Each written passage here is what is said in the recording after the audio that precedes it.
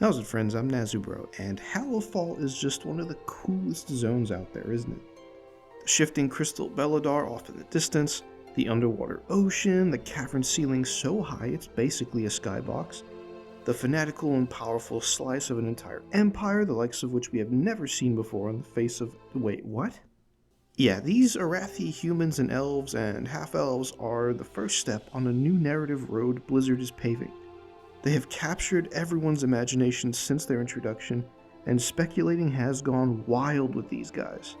It is so far the biggest breadcrumb we've gotten that points in the direction of the other side of Azeroth.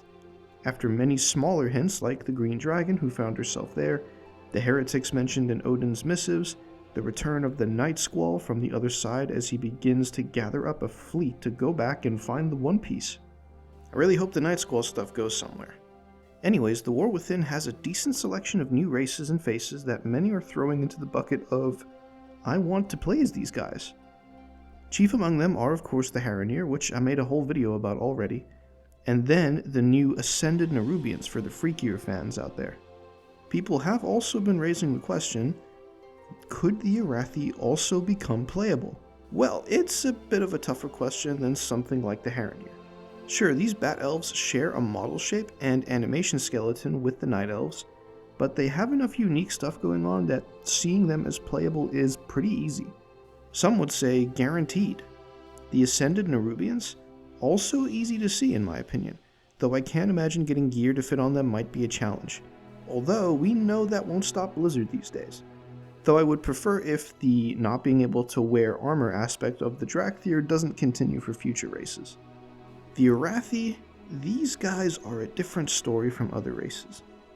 But there is a way to kind of make it work. The entire character creation process would have to be retooled and completely changed, which I'll get to in a bit.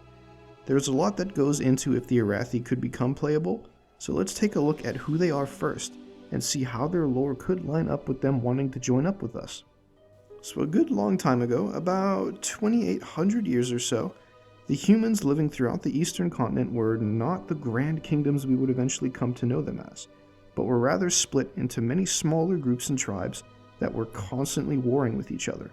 When the Yamani trolls really started to become a threat, a warlord named Thoradin, who ruled the Arathi tribe, basically went all Tiber Septum and united all of the human groups, or at least most of them, into a single human empire.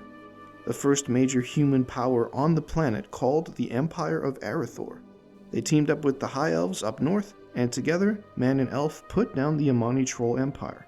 While humans and elves would remain allies for many years to come, at some point a group of humans and elves set off across the sea together, where they would establish another separate Arathi empire. These are the ones that we meet in Hallowfall, the ones who left the first human kingdom and some elves that joined them along the way. Over time, they have intermarried and bred, so that pretty much everyone in this new Arathi Empire has human and elf blood in them. They no longer see each other as humans and elves though, or half-elves or anything, but rather see themselves as the Arathi race. If you know Elder Scrolls lore, this is pretty similar to the Bretons. Sometime long ago, they were a hybrid race, but as time passed, the hybrid concept faded, and they are now something different from both other humans and other elves. About 15 or so years ago, a massive expedition of Arathi were sent sailing back to our side of the pond at the behest of their almighty emperor. He had a vision that the final battle between light and void was going to go down, and so he sent a shit ton of his best and brightest sailing through the storming seas. They almost didn't make it, as their fleet was getting absolutely wrecked by the storms that have kept our people from exploring the other side of Azeroth, until they all of a sudden found themselves teleported directly underground into Hallowfall, supposedly by the big-ass crystal itself. These guys have been holding out down here since Cataclysm-ish, taking it as their sworn duty to protect the crystal Belladar. Culturally, these guys feel like something more out of Warhammer than Warcraft, which is pretty ironic considering the origins of the Warcraft franchise. They are very, and I mean very, fanatical, at least by Warcraft standards from people we've met before. These guys talk about the light more than Tyrion did throughout Wrath. They are more organized and more powerful than the Scarlets. And more importantly, they worship their emperor almost like a god. This emperor, by all accounts, is an extremely powerful figure. And honestly, the way the military might of the Empire is described is kind of scary when comparing what we've got going on in the Eastern Kingdoms in Kalimdor. But we have nothing to worry about because the ones in Hallowfall are all our friends, right? Well, how do I put this? These guys are not our friends. Maybe a select handful of them, like Farron, could be considered friends, but there are interactions, especially with this side quest up here, that make it very clear that if we were in the Empire, we would be having a very bad time. Basically, we are currently allies of convenience for the ones down in Hallowfall, since they have been on the back foot basically forever, but especially since Sargeras stabbed the planet, because that was the day that Belladar started shifting between light and void. We need them to help kill the New-rubians and other void allies of Xalatath, and they need us to, well, not die. We've been working together quite well so far, but these guys are completely cut off from their empire proper. Here lies the first hurdle for the Arathi becoming playable. I have a strong feeling that the moment we encounter the rest of them, aka the rest of the Arathi Empire, they will almost certainly be our enemies. Some of them already only work with us begrudgingly. Can you imagine all of us walking up into the Empire's lands to say hello, and they see undead, elves that are basically just demons, people openly using void magic, dragon people? They would definitely not let that fly, and the Emperor would probably call for our heads pretty quickly. Not to say this is all a bad thing. The idea of a final boss of an expansion who was just a big, gruff paladin emperor, that sounds fucking fantastic. But it definitely sours the Arathi joining up with us. Now there are some ways you could spin it lore-wise. These new Arathi allies of ours are almost certainly going to help us in Midnight, when the Void comes knocking to take the Sunwell. Midnight is going to be the closest we have ever gotten to a final battle between the Light and Void, and the Arathi are looking to fight this fight, what they call Renalash. Cool detail, by the way, the Void Elves are called Rendorai as their elf name, which means Children of the Void. You take the Ren part of that, and it makes a part of the name, Renalash, make sense. From a language point of view, at least.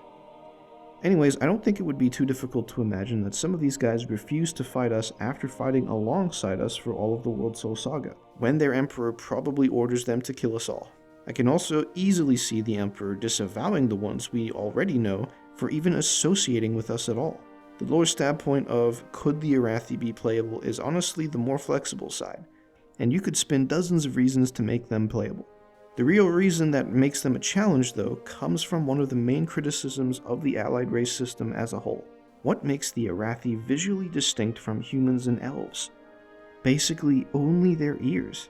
Some people already bag on allied races for, at least some of them, being basically just customization options packaged as a whole new race. But if there was ever a potential race that could be classified as this should just be a customization option, it would definitely be the Arathi. I don't think you could warrant introducing them as playable with just how similar they are to humans and blood elves. Some allied races are definitely a stretch in terms of how similar they are to their normal counterparts. High Mountain Tauren, they just have different horns. Lifeforged Draenei are more pale, though I guess they do have those cool gold tattoos. Void Elves are basically just blood elves with less hair options, and they should have just been High Elves instead. Now if I want to play an Alliance High Elf, the closest I can get is for all NPCs to still call me a Void Elf, and for my character to get all voided up in combat. This is why Void Elves are not a good substitute for Alliance High Elves, by the way. I will die on this hill, but I digress. Back on topic, I do not think you can justify them being playable based on the ears alone.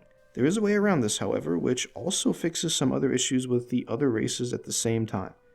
But it will require an entirely new character creation system, which I think we need anyways. So, how could we make this work? Basically, I think the character creator would benefit from an origin option for a bunch of races. The humans are a perfect example. Let's say you go to create a human character. You do your usual creation process and edit their appearance, but then there is another choice for where your human character comes from. If you choose Stormwind, you get all the Stormwind human racials, start in Northshire Abbey, and it's like nothing changed, except for the fact that now new customization options exist from the newer humans. You could choose to be one of the bigger human models from Kul Tiras, but still be from Stormwind. The slightly pointed ears, but still be in Stormwind. This also means you could make a Kul Tiran human, still start at level 10 in Kul Tiras like normal, but choose the classic human models instead.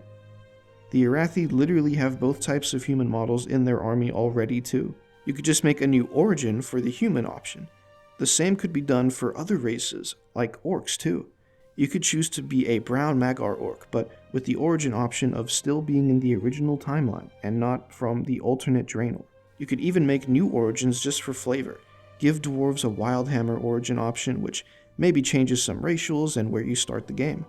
Maybe a special origin for the Redskin Minari Draenei. Basically, a whole lot of issues can benefit from a system like this, where multiple groups of the same race can share, mostly, maybe not all, customization options from each other. Some might still be locked in a bit though. Like, should you be able to choose Dark Iron customization options if you choose to be an Ironforged dwarf? I personally don't think so, but you can see that there are still some holes to poke in the idea. In my opinion, something like an origin system is probably the only way a race like the Arathi could work as playable. It also means you could open up so many other groups to be playable that otherwise would not be, for just the fact that they're too similar. All you would have to do is maybe add some new racials, new voices depending, and maybe some new customization options, and you're done. The character creation screen is very whatever right now, and could definitely benefit from an overhaul anyway. So those are my thoughts. While I think lore-wise it's possible for at least a segment of the Arathi to join up with us, the current allied race system is not enough in my opinion. Hopefully Blizz realizes that and are thinking along the same lines. Time will tell. What do you guys think though?